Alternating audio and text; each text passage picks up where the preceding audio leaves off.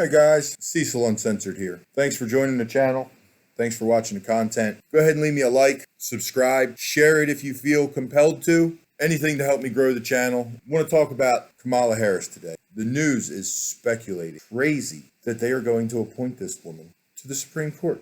I mean, I enter a simple search in Kamala Harris Supreme Court, and let's see, there's 1, 2, 3, 4, 5, 6, 7, 8, 9 articles in my top searches, all within the last 24 hours. Could be credible. Speculation ramps up that Harris could be Biden's Supreme Court pick on the New York Post. Can Kamala Harris break a tie on a Supreme Court confirmation for herself? Intelligencer?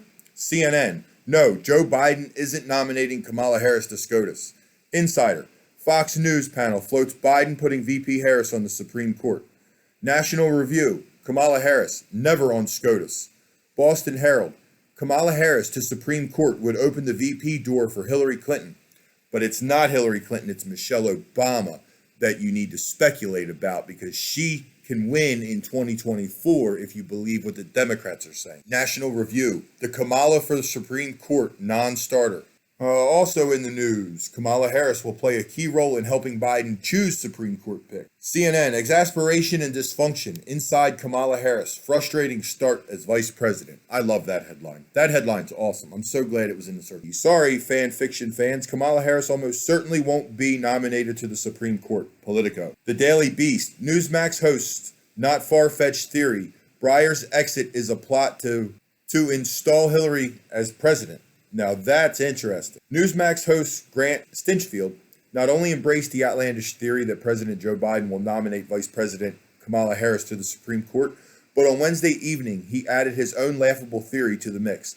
Number one, I committed that if I'm elected president, have an opportunity to appoint someone to the courts, I'll appoint the first black woman to the courts. It's required that they have representation now. Nothing like limiting your choices to just a black woman or just a Hispanic this or an Asian that. I mean, unbelievable. Liberal Supreme Court Justice, this is why this matters today, Stephen Breyer, just gave Joe Biden and, more importantly, the Democrats a gift with his announced retirement at the end of the term.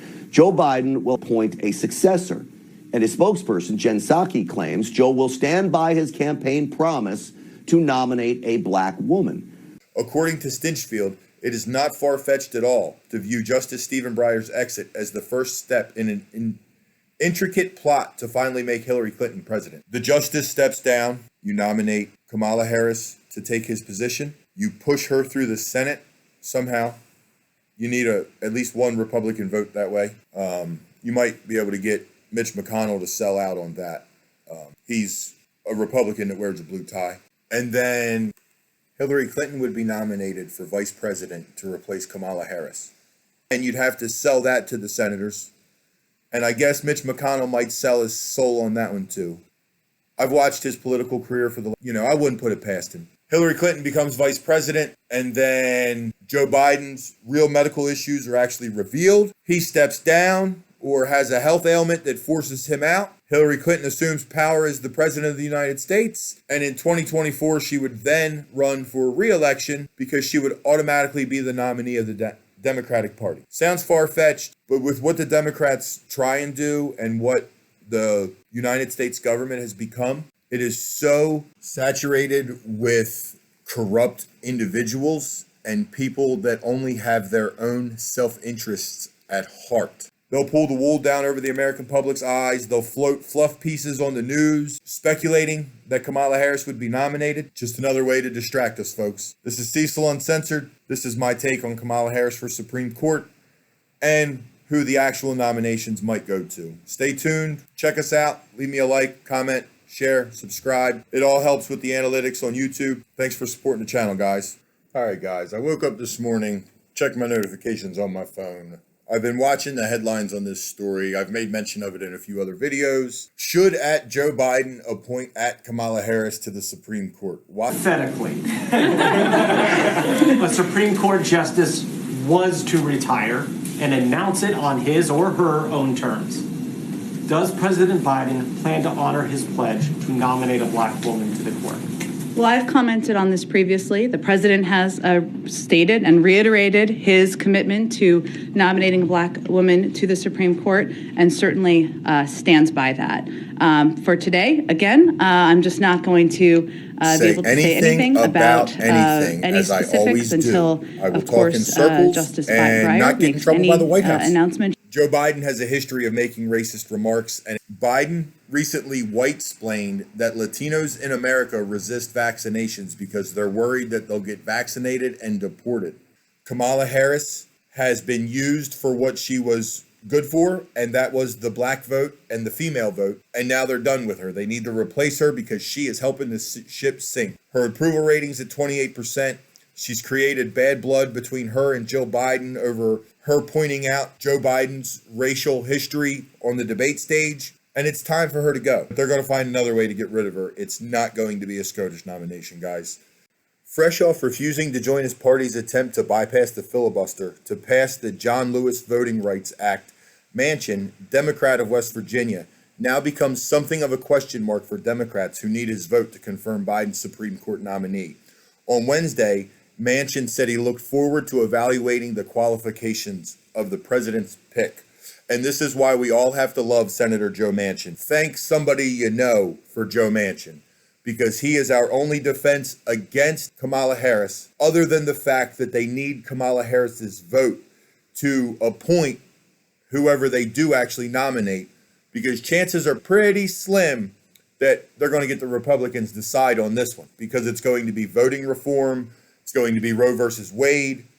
There's many things coming before the court that the Republicans and the Democrats are going to have a real hard time getting on each other's side with. But keep an eye on Joe Manchin for how he talks about the upcoming issue and his actions on the upcoming issue. So here we have the About page. Right after this, I'm going to bring up the picks that the blog is talking about.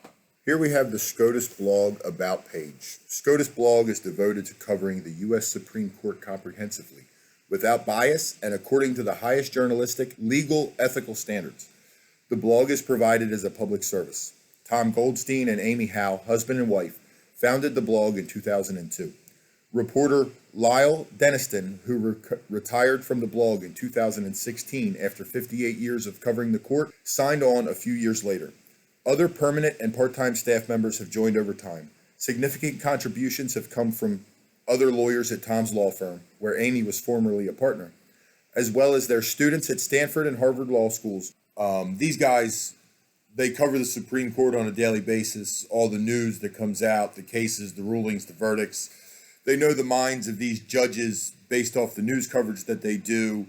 And I'm sure that these judges are all talking to the Biden camp, and they're going to tell them who they think are good picks and who they think they can get through. And there's a whole team of advisors, guys.